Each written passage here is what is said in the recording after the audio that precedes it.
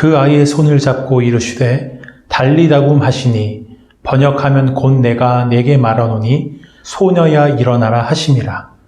소녀가 곧 일어나서 걸으니 나이가 12살이라 사람들이 곧 크게 놀라고 놀라거늘. 예수님은 혈루증 걸린 여인을 고치시고 말씀으로 그녀의 상처받은 영혼까지 어루만지고 계셨어요. 그때 회당장의 집에서 온 사람들이 와서 말합니다. 그들이 전한 소식은 회당장의 딸이 죽었다는 거예요. 이번에 닥친 비극은 한 여인을 12년 동안 묶어둔 질병이 아니라 죽음입니다. 소식을 전한 사람들은 회당장에게 말해요. 당신의 딸이 죽었나이다. 어찌하여 선생을 더 괴롭게 하나이까? 예수님을 생각하는 말처럼 들립니다. 하지만 그 안에는 그가 예수라도 이제 무엇을 더 할 수 있겠느냐는 불신이 들어 있습니다. 이제 정말 끝난 걸까요? 예수님은 회당장에게 말씀하세요. 두려워하지 말고 믿기만 해라. 예수님이 회당장의 집에 도착하셨을 때 사람들은 떠들고 울며 통곡하고 있었습니다. 전형적인 유대 장례식장의 모습이에요. 사람들은 소녀에게 닥친 죽음에 놀라고 슬퍼하며 소란스러운 반응을 보였습니다. 예수님은 그 사람들을 보시며 너희가 어찌하여 떠들며 우느냐고, 이 아이가 죽은 것이 아니라 잔다고 말씀하십니다. 회당장은 예수님이 딸아이를 고치실 거라 믿고 희망을 가졌지만 딸아이는 예수님이 오시기도 전에 죽고 말았어요. 이제는 끝난 거예요. 절망스럽고 비통하지만 그것이 현실입니다. 그러나 예수님은 그 상황에 대한 다른 해석을 하세요. 이 아이는 죽은 것이 아니라 잠깐 자는 것뿐이다.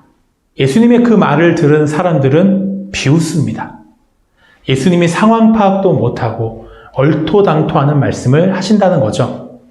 예수님은 그 사람들을 다 내보내시고 아이의 부모와 제자들만을 데리시고 아이가 누워있는 곳으로 가셨어요. 그 아이의 손을 잡아 일으키시면서 달리다굼이라 말씀하십니다.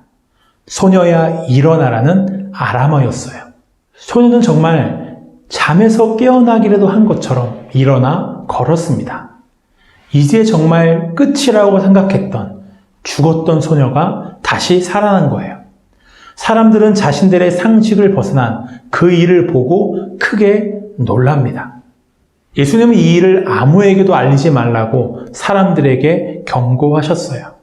왜냐하면 사람들은 아직 이 사건이 담고 있는 진실을 있는 그대로 받아들일 준비가 되지 않았기 때문이에요. 죽음은 죄 있는 모든 인간이 공통적으로 맞이해야 할 운명입니다. 아무도 그 운명을 피하거나 그 결과를 바꿀 수 없었어요. 그러나 예수님은 오늘 한 소녀를 죽음에서 건져주신 것처럼 죽음이라는 우리의 결과를 바꾸시고 우리에게 영원한 생명을 주시게 오신 하나님의 아들이십니다. 소녀가 죽자 사람들은 떠들고 울며 통곡했어요. 죽음이라는 상황을 자신들의 현실로 받아들이고 절망했습니다. 예수님일지라도 어쩔 수 없다고 생각했어요. 나에게 어렵고 슬픈 현실이 찾아옵니다. 하지만 나에게 닥친 현실로 예수님을 알아서는 안 됩니다. 예수님은 죽음을 이기시고 부활하신 하나님이십니다. 우리의 결과인 죽음을 바꾸셔서 우리에게 영원한 생명을 주신 하나님의 아들이세요. 부활하신 예수님이 나의 현실이 되어야 합니다. 그러면 내게 닥친 어떤 상황 속에서도 예수님을 신뢰하고 절망하지 않을 수 있습니다. 죽음보다 큰 문제는 없고 예수님은 그 죽음을 이기신 분이기 때문입니다. 부활하신 예수님을 알고 부활의 예수님과 동행하는 삶이 되길 축복합니다.